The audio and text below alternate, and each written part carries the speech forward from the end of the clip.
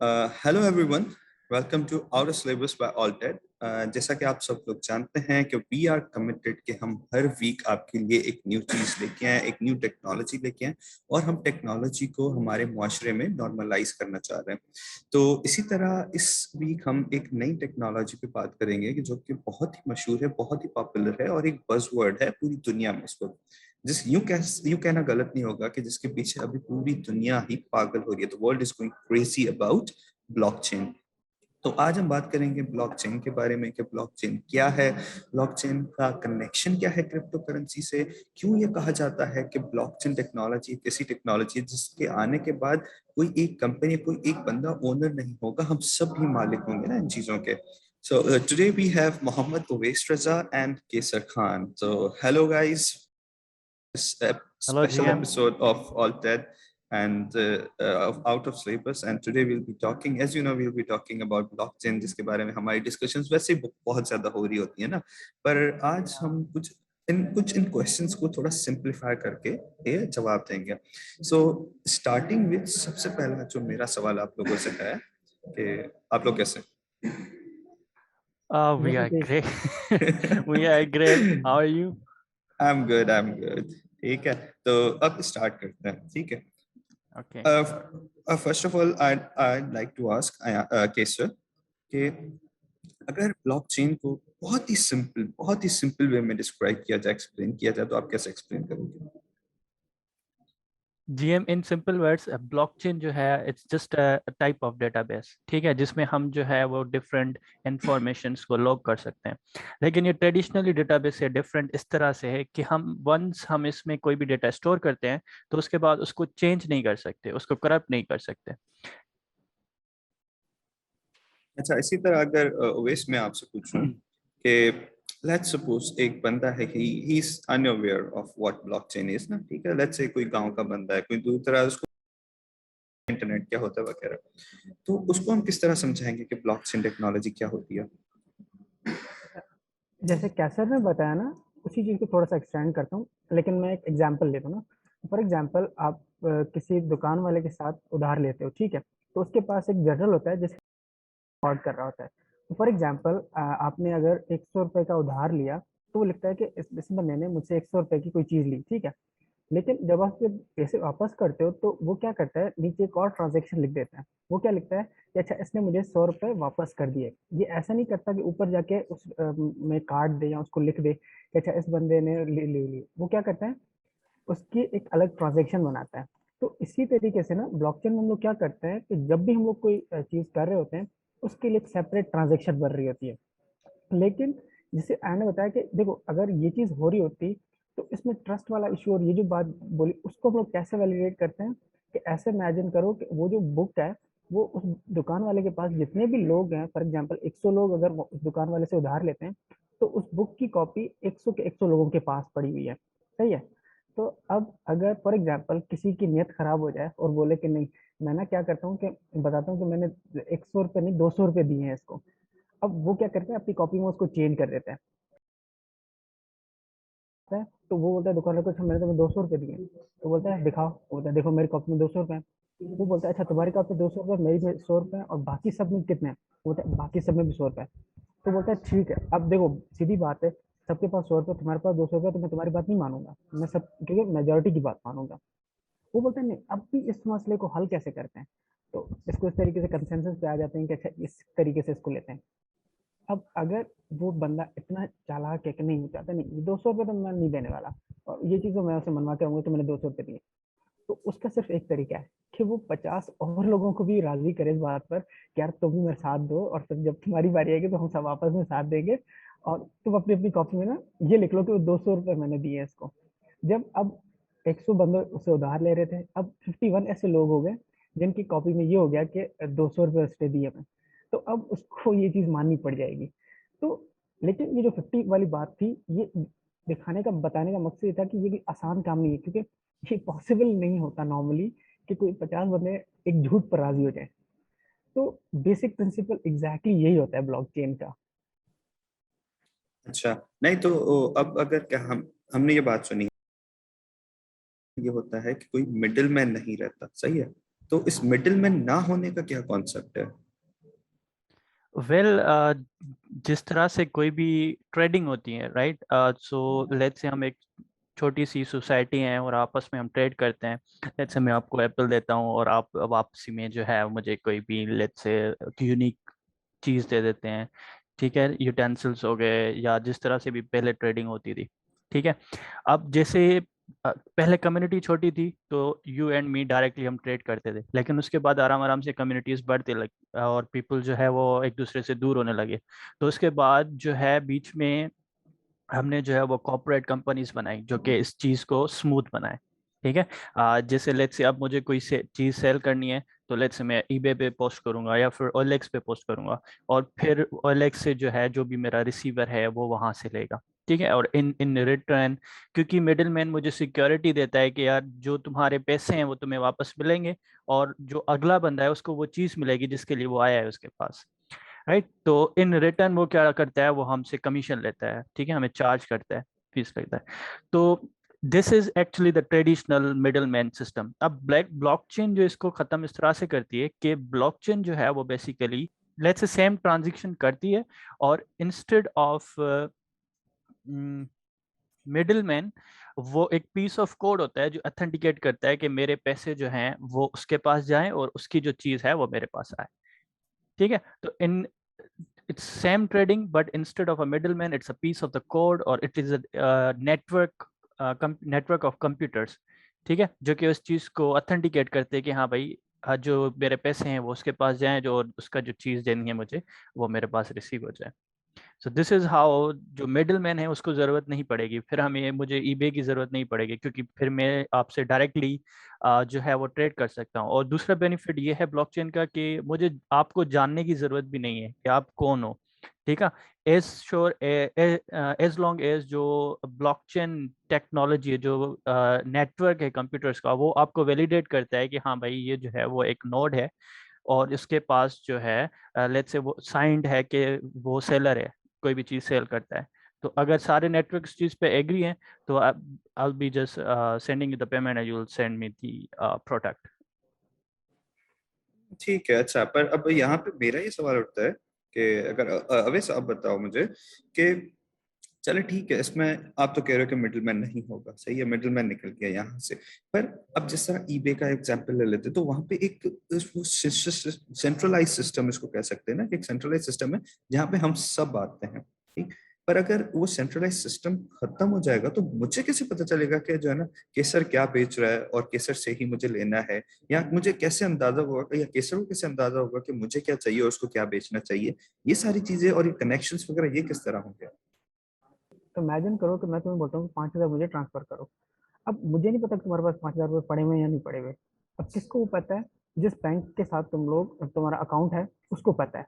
अब मैं तुम पर ट्रस्ट नहीं कर रहा, मैं किस पर ट्रस्ट कर रहा हूँ? उस बैंक पर ट्रस्ट कर रहा हूँ कि भाई मुझे पता है कि भाई अगर ये बैंक मुझे पैसे भेजता है, क्योंकि देखो मेरे पास कोई कैश नहीं आ रहा, मेरे पास भी नंबर्स आ रहे हैं, तुम्हारे पास भी नंबर्स आ रहे हैं जो मोबाइल पे मुझे दिख रहे हैं। और तो उस चीज का जो मेन एलिमेंट था ना कि इसको हटाकर किसी तरीके से, अब देखो यहाँ पर क्योंकि बैंक एक एंटिटी थी जिसको हमें वेरिफिकेशन के लिए यूज करना था। अब इमेजिन करो कि हम लोग चाहते हैं कि भाई क्यों एक इंस्टीट्यूशन पर हम लोग करें, उसके बजाय हम लोग क्या करते हैं कि जितनी भी चीजें हो रही है ना, हर चीज की कॉपी हर एक के पास हो, लेकिन वो सिर्फ अपनी देख सके और जब दूसरे से ट्रांजेक्ट करे तो वो समझ सके। ऐसे समझ लो कि अगर मैं तुम 5,000 चीजें बेच रहे हो ना, जैसे तुमने बोला कि भाई किस तरीके से पता पड़ेगा, तो ये ऐसे होगा कि फॉर एग्जाम्पल तुम 5,000 चीजें बेच रहे हो और मुझे मेरे पास इतने इतने पैसे पड़े हुए हैं। अब ये जो रिकॉर्ड है ये तुम्हारे पास भी है मेरे पास भी है, लेकिन जब मैं ट्रांजेक्शन उस चीज की करता हूँ तब जाके वो ब्लॉकचेन उसे वैलिडेट करता है कि हाँ अच्छा जीएम बोल रहे हैं उसके पास ऑलरेडी वो एसेट्स हैं और अवैस ये खरीद रहा है तो अवैस के पास ये एसेट्स हैं। तो क्योंकि हमारे पास हर एक बंदा जो इस नेटवर्क पर है ना, क्योंकि जब हम ब्लॉकचेन की बात करते हैं ना तो हर पर्टिकुलर एप्लीकेशन के लिए हम लोग एक अलग सिनेरियो डिस्कस करेंगे। अगर जैसे ई कॉमर्स की बात कर रहे हैं अभी, तो ई कॉमर्स में ब्लॉकचेन का इस तरीके से होगा कि जो हमारे पास रिकॉर्ड्स होंगे वो दो चीज़ों के होंगे, एक तो एसेट्स कौन कौन से बिक रहे हैं और दूसरा उसके पास जो बंदा क्रेडिट कितने कितने हैं। तो अगर ये दोनों चीज़ें हम लोग मिलाकर कोई चीज़ दिखाते हैं तो मेरे पास ये रिकॉर्ड है कि तुम्हारे पास हाँ कंप्यूटर है, तुम्हारे पास लैपटॉप है, तुम माउस बेचते हो, तुम कीबोर्ड बेचते हो, ये रिकॉर्ड मेरे पास है, मीन्स तुम्हारे पास वो चीज़ें हैं। और अगर तुम्हारे पास ये रिकॉर्ड है कि मेरे पास इतने इतने पैसे हैं, विजिबल नहीं है, लेकिन वो रिकॉर्ड है, जब ट्रांजेक्शन होगी तब तुम उससे देख सकते हो कि अच्छा ये ट्रांजेक्शन हो गई। अगर सबने वैलिडेट कर ली तो बस ये रिकॉर्ड सिर्फ तुम्हारे पास नहीं है, उस ब्लॉकचेन में जितने भी लोग हैं उन सबके पास ये रिकॉर्ड है।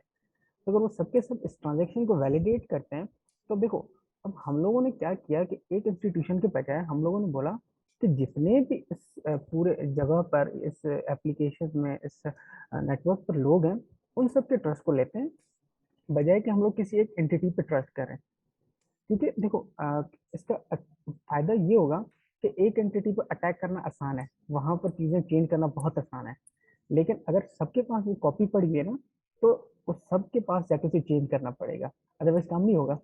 अच्छा, what do you mean by सब? ठीक है, पूरी दुनिया? नहीं, अब देखो फिर? जब हम ब्लॉकचेन की बात करें ना, जिस एप्लीकेशन की बात कर रहे हैं, अब फॉर एग्जांपल अगर बिटकॉइन की बात करते हैं, तो वो लोग जो बिटकॉइन नेटवर्क पर हैं, जो माइनिंग करते हैं, जो बिटकॉइन ओन करते हैं, उनकी बात हो रही है। तो जिस ब्लॉकचेन एप्लीकेशन की लोग बात कर रहे हैं ना, तो स्पेसिफिक एप्लीकेशन की बात हो रही होगी, और उस नेटवर्क पर जितने भी लोग होंगे उन सब की बात हो रही होगी। ठीक है, तो मतलब यूं कह सकते हैं ना कि ब्लॉकचेन टेक्नोलॉजी के थ्रू मतलब जो जो चंक्स ऑफ नेटवर्क्स क्रिएट होंगे, और हर एक, लेट्स से जो है ना, अगर मैं हैदराबाद में हूँ तो हैदराबाद का एक अपना नेटवर्क हो सकता है, इस तरह। हर वो बंदा जो इस टेक्नोलॉजी के हिसाब से ट्रेड करना चाहता है वो इसका पार्ट होगा। ठीक है, तो इसमें बेसिकली डिपेंड होता है कि एक यूज़र होता है, उसके बाद हमारे पास दो किस्म के और नोड्स होते हैं। एक सेंसस नोड होता है और उसके बाद दूसरा माइनर्स नोड होते हैं। ठीक है, तो बेसिकली ये वो नोड्स या ये वो कंप्यूटर्स रिस्पॉन्सिबल होते हैं कि 24/7 जो है वो ब्लॉकचेन अप हो और लोग उन पे ट्रांजेक्शन कर पाए। ठीक है, तो लेट्स से अगर आप डिसाइड करते हो आउट ऑफ नोवेयर कि आपको माइनिंग करनी है। ठीक है, have you heard of mining, है ना? 21 दिन में वैसे डबल माइनिंग करो। सो बिल्कुल। माइनिंग इज जस्ट लाइक कि आप क्या करोगे, एक हैवी कंप्यूटेशनल डिवाइस जो है वो नेटवर्क पे लाके उसको पूरी ब्लॉकचेन की जो कॉपी है वो दोगे, और उसके बाद अब जो भी ट्रांजैक्शन होगी वो बेसिकली पहले वैलिडेट होगी कि हाँ भाई ये कह रहे हैं कि मैंने इसको 100 रुपये देने हैं, तो इसके पास 100 रुपये हैं कि नहीं है। ठीक है, अगर ये दूसरे बंदे को दे रहा है, ठीक है, तो दूसरे के पास जिस एड्रेस पे भेज रहा है वो उसी के एड्रेस है कि नहीं। ठीक है, एड्रेस को वैलिडेट करेगा कि हाँ भाई ये इस वॉलेट से इस वॉलेट में जा सकता है पैसा।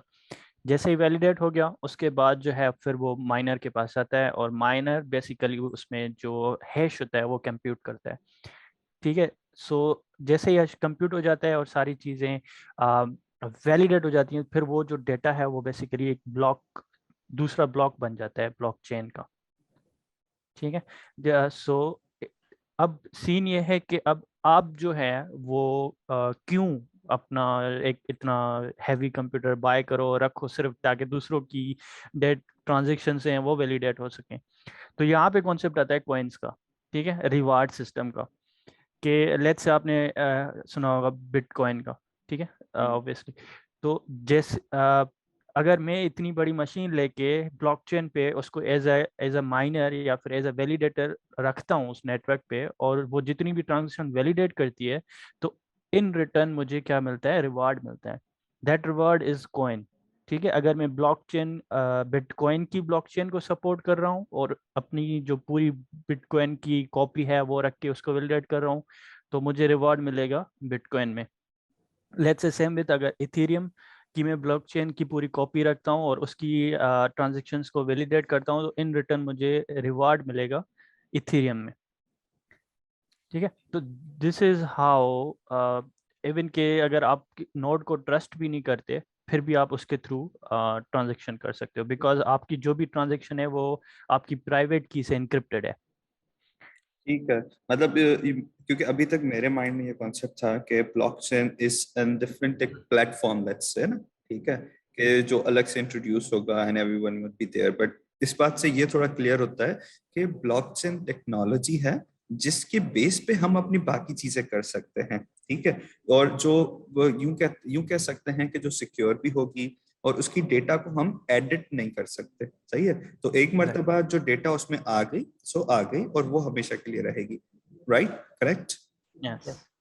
चले, दैट्स गुड, ये तो चीजें क्लियर हो गई कम से कम। अच्छा, अब बिटकॉइन की हमने बात की, आप लोगों ने मतलब बात की बिटकॉइन के बारे में। तो मेरा ये सवाल है कि हम काफी कॉइन्स के बारे में सुनते हैं ना, बिटकॉइन हो गया, डॉज कॉइन हो गया, इथेरियम की बात की आपने, और इस तरह के काफी कॉइन्स हैं। तो और अभी हमारे जो है ना पाकिस्तान में एक ये थोड़ी सी मूवमेंट चल रही है और काफी सीरियस किस्म की मूवमेंट चल रही है कि अभी हमारे पाकिस्तान में बिटकॉइन की माइनिंग लीगल होने वाली है क्या? नहीं, बेसिकली रेगुलेट नहीं था पहले, सो हाई कोर्ट ने ऑर्डर दिया है कि बिटकॉइन बिटकॉइन नहीं, एक्चुअली क्रिप्टो करेंसी जो भी हैं उनको रेगुलेट किया जाए विद इन 3 मंथ्स।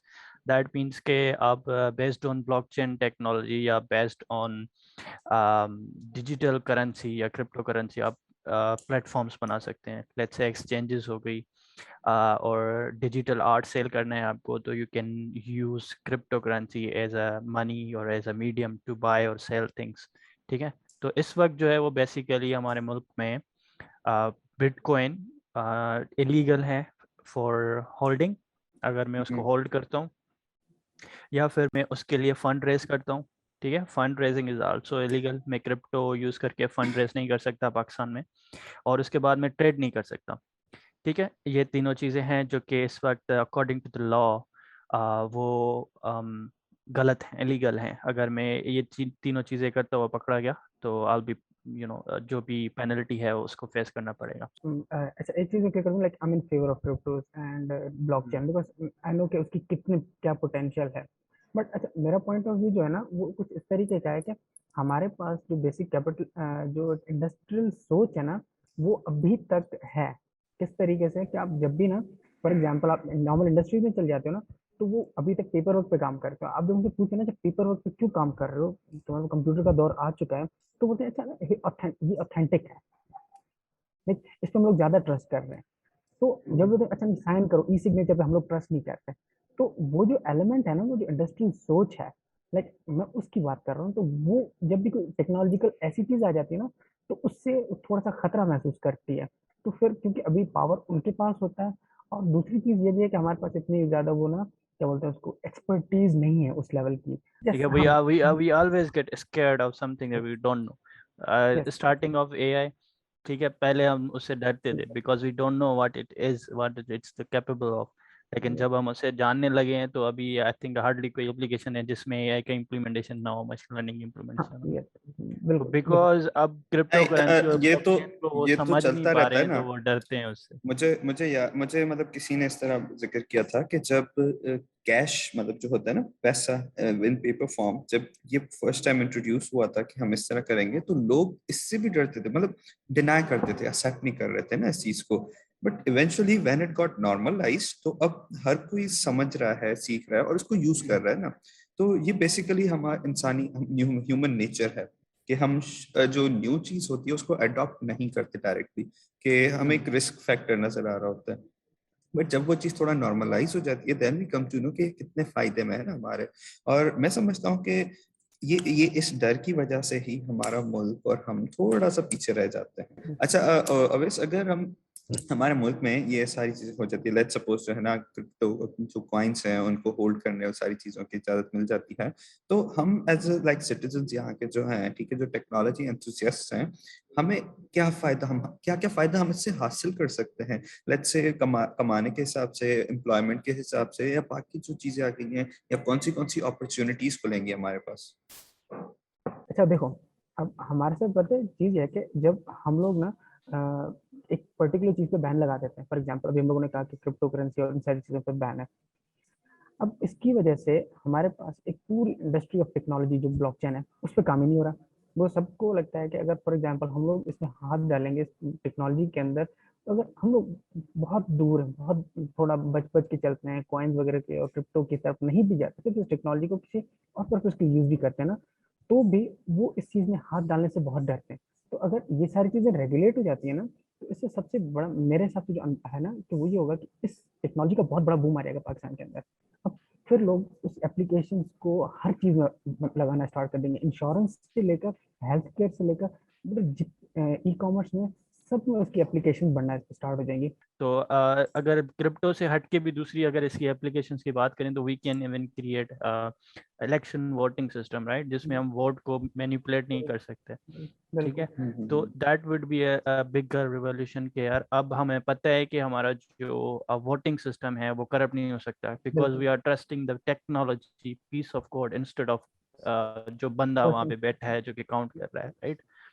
तो इट स्टिल कुड बी रिवॉल्यूशनाइजिंग अगर ये बैंड अगर क्रिप्टो करेंसी बैंड भी है तो इट्स ओके फॉर मुल्की लेवल की बातें हैं, हो सकता है ऑब्वियसली उसमें ट्रेसिंग का इशू है, टेररिस्ट की हो सकता है, ट्रांजेक्शंस वगैरह इनवैलिड हो सकती हैं। तो अगर वो क्रिप्टो करेंसी बैंड भी है तो still blockchain we can use in the different technologies जिसमें हम डेटा को मैनिपुलेट नहीं करना चाहते, हम चाहते हैं कि डेटा सेम रखे, we can use the blockchain. Okay, एक इंडियन स्टार्टअप है आई गेस ब्लॉकसर्ट के नाम से ना, तो वो सर्टिफिकेट्स जनरेट कर रहा है with the help of blockchain I guess. अब देखो कि उन्होंने कितनी जबरदस्त एप्लीकेशन सोच ली, और यही चीज हम अगर सोचें तो यूनिवर्सिटीज की डिग्री वेरिफिकेशन, और ये कितना, you been to Malaysia and you know how hectic the process is कि डिग्री वेरिफिकेशन से गुजरना कितना हेक्टिक प्रोसेस है।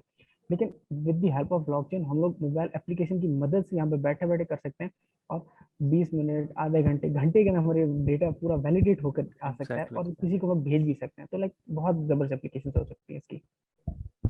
एग्जैक्टली वही तो ठीक है है। ना। लेट्स से अगर अब इंस्टेड ऑफ हम यूनिवर्सिटी जा जाके अपनी डिग्रीज वेरीफाई करवाएं, we just have to show the certificate जो कि पहला ही टेक्नोलॉजिकल प्रूफ है कि वी हैव वैलिडेटेड इट, बड़ी काफ़ी चीज़ें जो हैं आसान हो जाएंगी। मतलब इस तरह मतलब कहा जाए कि अगर ब्लॉकचेन टेक्नोलॉजी अडॉप्ट हो जाती है ग्लोबली तो क्या क्या चीजें रेवोल्यूशन है। एक तो जिस तरह बताया ना कि इलेक्शन में वोटिंग सिस्टम जो है ना एक बेहतरीन किस्म का आ जाएगा। लाइक एक रिगिंग का कॉन्सेप्ट खत्म, ठीक है। Like there won't be any rigging until और अनलेस लोगों को आप कन्विंस करते हो ना, but again that's another issue, ठीक है। उससे उसको हम कुछ नहीं कर सकते, सही है। बट और कौन से ऐसे सेक्टर्स हैं जो रेवोल्यूशनाइज होंगे ब्लॉकचेन के आने से? मैं इसका जवाब दूंगा, बस इससे पहले जो आपने रैगिंग वाली बात की, तो दैट इज एक्चुअली प्रोसेस जिसको हम कहते हैं प्रूफ ऑफ वर्क। ठीक है, जो ब्लॉकचेन है उसके अंदर बेसिकली दो एल्गोरिथम्स कह लो या फिर दो मेथड्स कह लो, एक प्रूफ ऑफ वर्क और दूसरा है प्रूफ ऑफ स्टेक। तो अब ये इशू जैसे हमें पता है कि यार अगर सर ने कहा कि मैं 50 लोगों को कन्विंस कर सकता हूँ, ठीक है, तो यू कैन इमेजिन वो 50 बंदे मेरी फैमिली के हों, फिर they would obviously support me, right? तो मैं अभी भी उस एब्सोल्युटली। चीज को मैनिपुलेट कर सकता हूँ। तो same with in in computer systems. ठीक है, अगर मैं ऐसा करता हूँ कि अभी मुझे पता है कि यार सिर्फ 100 कंप्यूटर्स हैं ब्लॉकचेन के, ठीक है, जो कि उसको अप एंड लाइव हैं, जो ब्लॉकचेन को वैलिडेट करते रन करते हैं। अब मैं क्या करूँ, 10,000 कंप्यूटर्स दूसरे खरीद के उस पर कॉपी ब्लॉकचेन की लगा के उसको ब्लॉकचेन का हिस्सा बना दूं। तो अब थिंक कि अब मुझे अब 10,000 मशीनें जो हैं वो सिर्फ मेरे कंट्रोल में है। तो अगर अगर अगर अब मैं फेक ट्रांजेक्शन करता हूँ तो वो सारी जो मेरी 10,000 मशीनें हैं वो उसको इस पे एग्री करेंगे कि हाँ यार ये वाली जो ट्रांजेक्शन है वो सही है, तो सच्ची है, तो दैट मीन्स कि अब वो ब्लॉकचेन का पार्ट हो जाएगा। ठीक है, तो this is the proof of work concept, इस तरह से जिसमें हम 51% वैलिडेशन देखते हैं। ठीक है, जिस पे इस वक्त बिटकॉइन काम कर रहा है।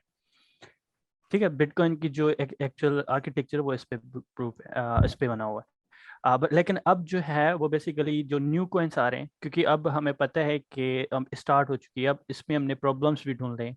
तो हम इन प्रॉब्लम्स को इम्प्रूव करने के लिए अब दूसरा पार्ट आता है प्रूफ ऑफ स्टेक का। अब जो भी न्यू कॉइन्स हैं, आपने सुना होगा पहले सिर्फ इथेरियम था, ठीक है, अब इथेरियम 2.0 है। दैट मीन्स के they are upgrading their architectures. तो अब क्या होता है, अब उसमें वो based on proof of stake है। प्रूफ स्टेक में ये होता है कि सिंपली हमारे पास 5-6 मशीनें होती हैं जो कि सिर्फ वैलिडेटर्स होती हैं, और वो वैलिडेट करती हैं बाकी सारी चीज़ें जो हैं वो उसको माइन करके और ब्लॉकचेन का हिस्सा बनाती हैं। तो दैट मीन्स कि अब वो वाला मसला ख़त्म हो गया कि यार अगर अपनी मैं 10,000 मशीनें लगाऊं तो I would be the king, मैं कुछ भी या मैनिपुलेट कर सकता हूँ। तो अब वो चीज़ भी इम्प्रूव हो गई। लेट्स से वो सिक्योरिटी पैच भी फिक्स हो गया कि अब जो कॉइन्स हैं वो प्रूफ ऑफ स्टेक की तरफ जा रहे हैं। ठीक है, ताकि इस चीज़ को अवॉइड किया जाए। सिर्फ पब्लिक ब्लॉकचेन नहीं होती, प्राइवेट ब्लॉकचेन भी हैं हमारे पास। और एग्जैक्टली। उसके अलावा हमारे पास सिर्फ और सिर्फ जो कंसेंसस का प्रूफ ऑफ वर्क हो गया, प्रूफ ऑफ अथॉरिटी हो गया, अब प्रूफ उसके बाद प्रूफ ऑफ स्टेट भी आ गया। अब उसके बाद हमारे पास इन सारों के हाइब्रिड भी आ चुके हैं। तो हम्म। मतलब अब इस तरीके से कि वो जो ना रिगिंग वाली बात और वो सारी की सारी चीजें कि किस 51% अटैक हो जाए, कोई ऐसी चीज कर लें, तो अब वो सारी की सारी चीजें बहुत मतलब दूर जाती नजर आ रही हैं कि, और मतलब इन शॉर्ट, तो ब्लॉकचेन का वो जो ट्रस्ट है ना, वो और मजबूत होता जा रहा है टाइम के साथ और उसके टेक्नोलॉजी और रिसर्च के साथ। हम्म। चलो और अब लेट्स जो से एक अगर लिमिटेशंस इन पे लिमिटेशंस हट भी जाती हैं तो लोग इससे डरेंगे नहीं, इसको अपनाएंगे, और जब इस पे काम होना और शुरू हो गया तो maybe we will find some vulnerabilities in proof of stake, और फिर हम फिर आगे जाएं, उसको सॉल्व करें और फिर इसको और जो है ना सिक्योर बनाएं, वो पहले से ही है उससे ज़्यादा उसको सिक्योर बनाएं। तो ये हाँ एक चीज़ वैसे हो भी सकती है, अगर लिफ्ट हम बैंड्स वगैरह लिफ्ट होते हैं तो हम उसको टेक्नोलॉजी ब्लॉकचेन को एक्सेप्ट करना शुरू करेंगे, उसको पढ़ना शुरू करेंगे, उस पर रिसर्च हो सकती है। ठीक है, तो पूरा रिसर्च का जो डोमेन है वो ओपन हो सकता है हमारे लिए। जैसे आपने कहा ना कि वल्नरेबिलिटीज, तो हम पाकिस्तानी तो वैसे ही काफी मशहूर है ना वल्नरेबिलिटीज ढूंढने में। तो सही, ठीक है। तो मतलब अगेन वही ना कि ब्लॉकचेन से जो हमारी क्या कहते हैं अपॉर्चुनिटीज खुलेंगी और जो जो चीजें रेवोल्यूशनाइज होंगी, ठीक है, पाकिस्तानी होने के नाते, और हम यहाँ पे रहते हैं जो सीखना चाह रहे हैं ना चीजों को, तो बहुत बहुत बेहतरीन किस्म की अपॉर्चुनिटीज हमारे लिए खुलेंगी, करेक्ट। अच्छा, अब एक कॉमन क्वेश्चन जो आई सपोज कि तकरीबन जितने भी हमारे यहाँ लोग होंगे जो भी सुन रहे हैं या जो भी देखना चाहेंगे कि सीख किस तरह सकते हैं ब्लॉकचेन को, है क्या चीज ये, मतलब किस तरह इसको सीखा जा सकता है, किस तरह इस पे काम किया जा सकता है। अच्छा, अब देखो, अब इफ यू वांट, इमेजिन करो कि आप चाहते हो कि ना आप अपना ब्लॉकचेन बनाओ, सही है। तो आप को कोई भी प्रोग्रामिंग लैंग्वेज का बेस आता है, फॉर एग्जांपल आपको पाइथन आती है, आपको जावास्क्रिप्ट आती है ना, तो आप स्टार्ट कहाँ से करोगे? आपको पहले तो सबसे बेसिक कॉन्सेप्ट का पता होना चाहिए कि प्रूफ ऑफ वर्क क्या होता है, प्रूफ ऑफ कॉन्सेप्ट क्या होते हैं, और हमारे पास जैसे प्रूफ ऑफ अथॉरिटी होता है, प्रूफ ऑफ स्टेक होता है, वो बेसिक बेसिक कॉन्सेप्ट क्या होते हैं।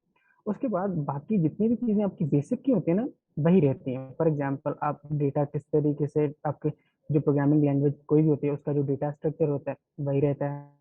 अगर पाइथन की बात करते हो तो लिस्ट, डिक्शनरीज वही रहती हैं। अगर आप जावास्क्रिप्ट पे बना रहे हो तो आपके पास वो जो जेसन है, आप उसमें जो एलिमेंट्स डाल रहे होते हो और उसमें जो चीजें कर रहे होते हैं ना, वो कैसे कर रहे होते हो, उसके लिए बस एक पर्टिकुलर तरीका होता है। अब what you have to learn is, you have to learn that way. अब वो तरीका सीखने का क्या है कि आप पहले समझे, रिसर्च करते हो, अच्छा तो वो काम कैसे करता है, ठीक है।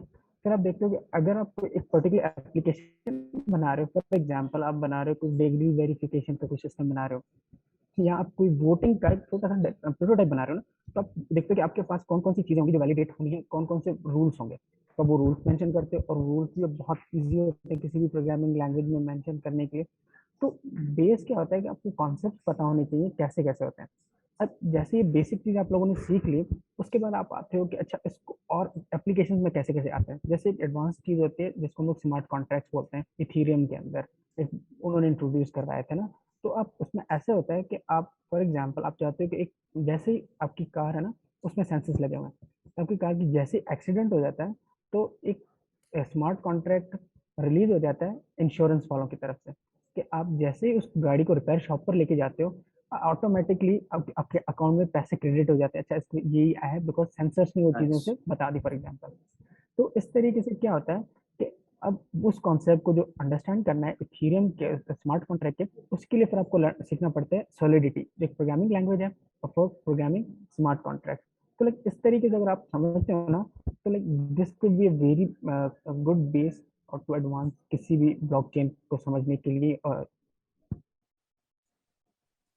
बिल्कुल सही। वेल सर, मेरा मानना ये है कि क्योंकि अब ब्लॉकचेन जो है वो पहले से ही बन चुकी है, right. There are popular blockchain जो हमें पता है, बिटकॉइन की ब्लॉकचेन है और उसके बाद इथेरियम की ब्लॉकचेन है। बाइनेंस आपको पता है एक्सचेंज है, उसकी एक अपनी जो है वो ब्लॉकचेन है जिसको बाइनेंस स्मार्ट चेन के नाम से जाना जाता है।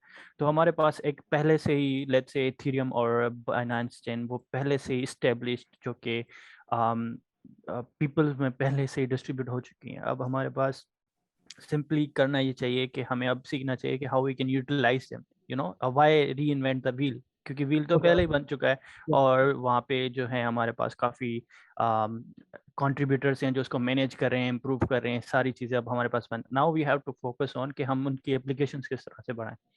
ठीक है, तो अगर लेट्स से आप चाहते हो कि आपकी एक एप्लीकेशन वो ब्लॉकचेन पे काम करे जो कि एथेरियम मैनेज करे, एथेरियम ब्लॉकचेन पे चले, तो आपको सिंपली क्या करना है, सॉलिडिटी प्रोग्रामिंग लैंग्वेज सीखनी है और उसके अंदर आपको उस एप्लीकेशन को प्रोग्राम करना है।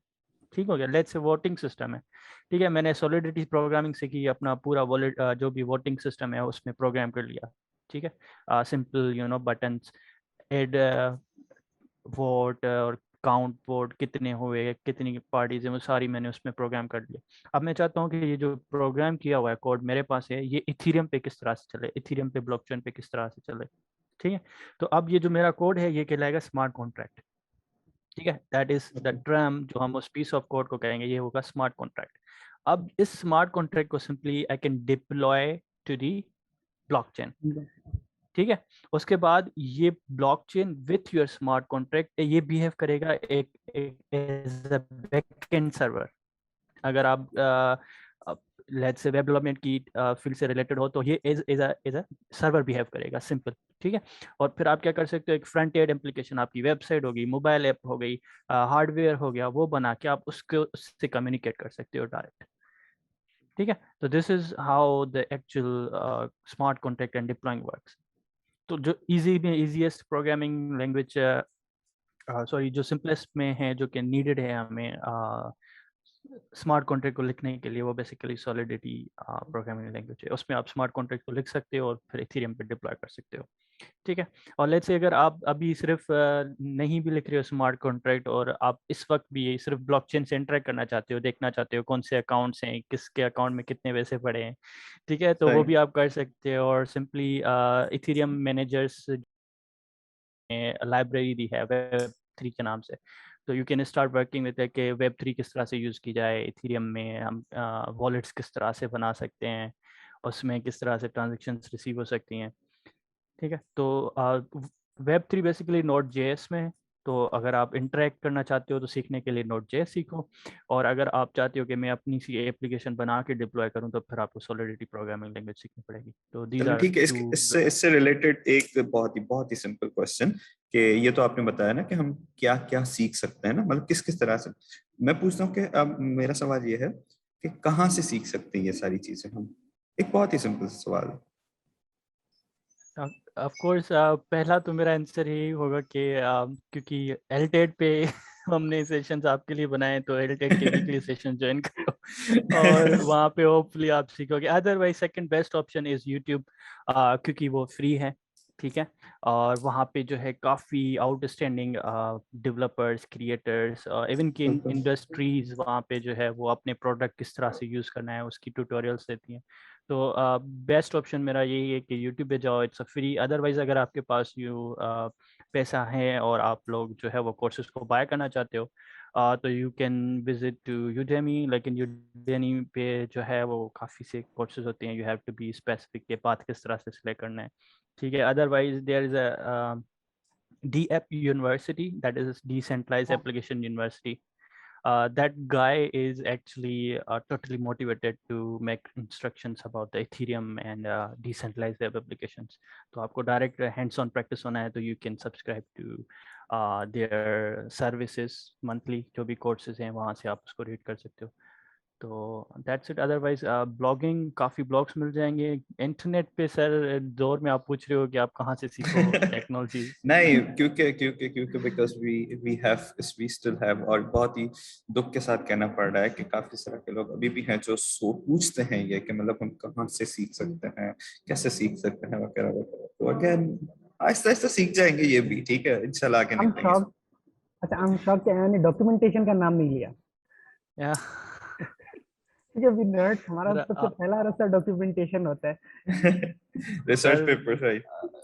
रिसर्च पेपर्स भी बात की बात है। तो समवन टेल्स मी कि अगर आप लाइब्रेरी, ये लाइब्रेरी जो है वो कैसे सीखें, तो आई से कि उसकी वेबसाइट पे जाओ और डॉक्यूमेंटेशन में जाओ एंड यूज तो सर डेवलपर बन जाते हैं तो then we prefer documentation, otherwise getting started and YouTube is जैसे बेस्ट। मैंने बोला। Okay, I guess today this is enough, ठीक है, आज के लिए कि हम फेमिलियर हो चुके हैं, हमें पता चला है कि ब्लॉकचेन है क्या, किस तरह सीख सकते हैं और हमें क्या फायदा, हम आगे किस तरह बढ़ेंगे, because blockchain is the future. ठीक है, आप लोग एग्री करोगे? ठीक है, you want to say something We Avesh? can have I love this. We can have this weekly blockchain session. Like हम solidity कोड करेंगे, स्मार्ट कोड Of लिखते, course, स्मार्ट कॉन्ट्रैक्ट लिखते, बहुत मजा आएगा। बिल्कुल of course, of course sir, we even can. के getting started होना चाहिए वेब 3 का। हाँ हाँ, अच्छा जबरदस्त। और sir Of course, we can. So as I started, we are committed to bring technology to this country, to normalize technology. तो इस तरह के सेशंस, इस तरह की चीजें हम ऑल्टेड पे करते रहेंगे। ठीक है, हमारा चैनल आउट ऑफ सिलेबस, उस पे इस तरह की हमारी वीडियोस अपलोड होती रहेंगी। आपको जो कुछ सीखना है, अगर कुछ न्यू इस तरह आपके पास आता है, आप जिससे फेमिलियर होते हो और सीखना चाहते हो, so you can suggest us, you can contact us. हमारी सारी डिटेल्स मौजूद हैं। या आपको इस तरह की कोई टेक्नोलॉजी आती है and you want to be a part of these sessions या दीज क्या कहते हैं प्रोग्राम्स और वर्कशॉप्स वगैरह, दूसरों को सिखाने के लिए आप भी इतने ही क्या कहते इतने ही उतावले हो जितने हम हैं, ठीक है, इतने ही कमिटेड हो जितने हम हैं दूसरों को सिखाने के लिए। So please you can anyone can be a part of us. So that was it. Thank you everyone watching and inshallah next week फिर से मिलेंगे किसी और टेक्नोलॉजी के साथ, कुछ और लोगों के साथ और सीखते रहेंगे।